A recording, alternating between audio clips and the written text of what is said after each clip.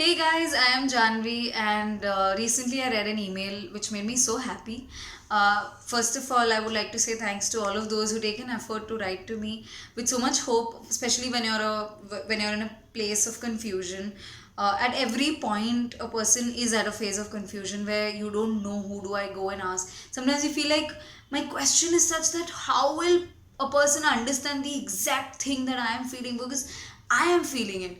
But I totally understand that because I have been in similar situations.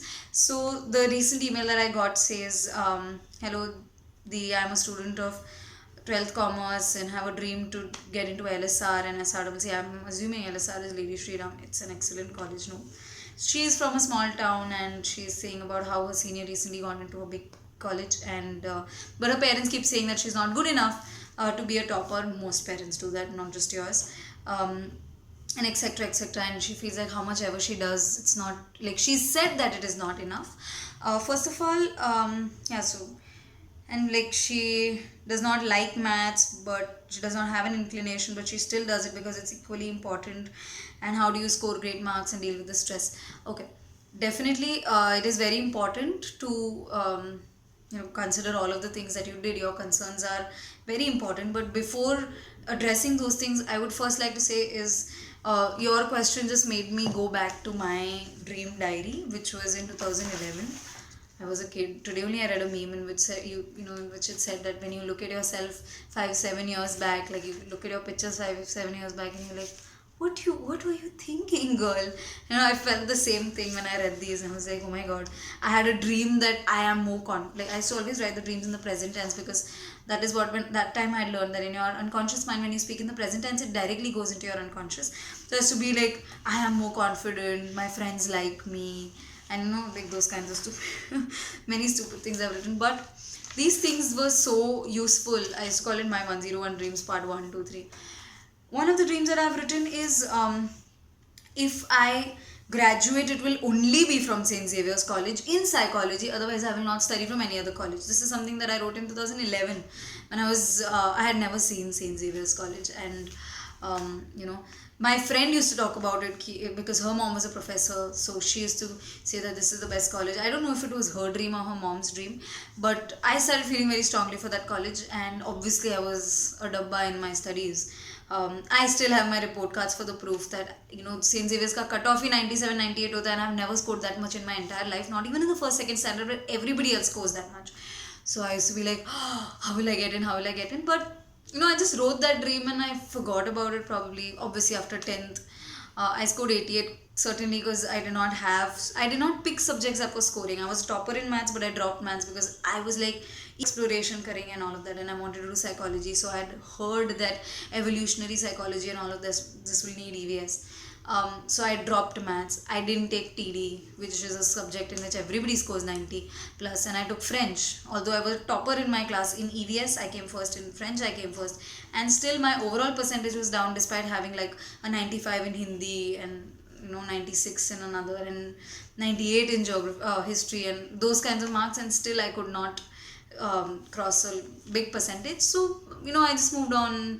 I mean, I probably forgot at that time. I went to Mitibai College and did my 11th 12th, but that dream had been written in this diary. The reason for this long story is that the dream really matters. You don't know how it does. And as compared to how I'd studied in the 10th, I'd put my life to that studies, okay, in 9th and 10th. And 12th was, my brother was in Saregama, Little Champs, so I was running with his shooting. I had to go give him food and all of those things that I was doing. So I was not even close. I was not even expecting that I could get.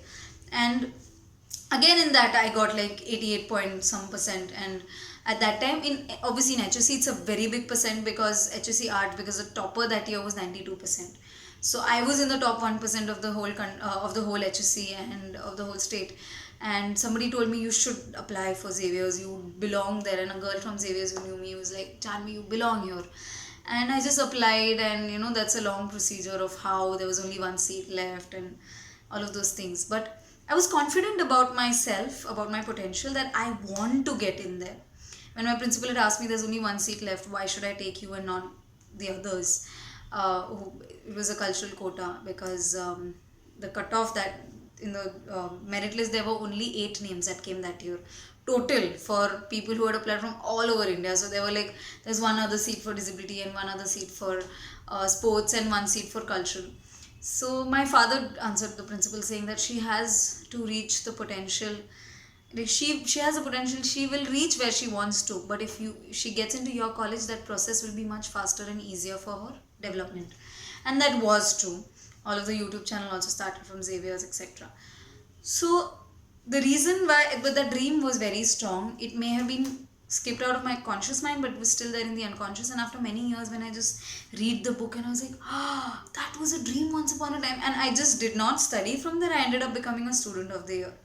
So if you have a very strong dream to get into LSR, keep that, very strongly. And you should also be prepared that maybe, just like in one of my videos about results, you should watch it and you will realize that maybe, not every time everything is in your hands. And in case if you don't, then that should not stop you from reaching where you want to in life from your goal.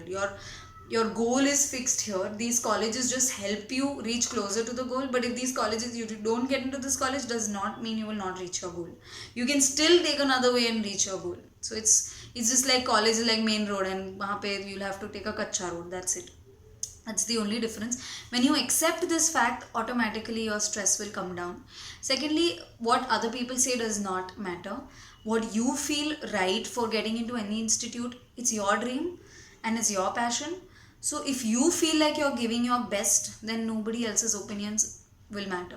There have been so many students whose parents feel like they're not studying only. The students end up becoming like national toppers.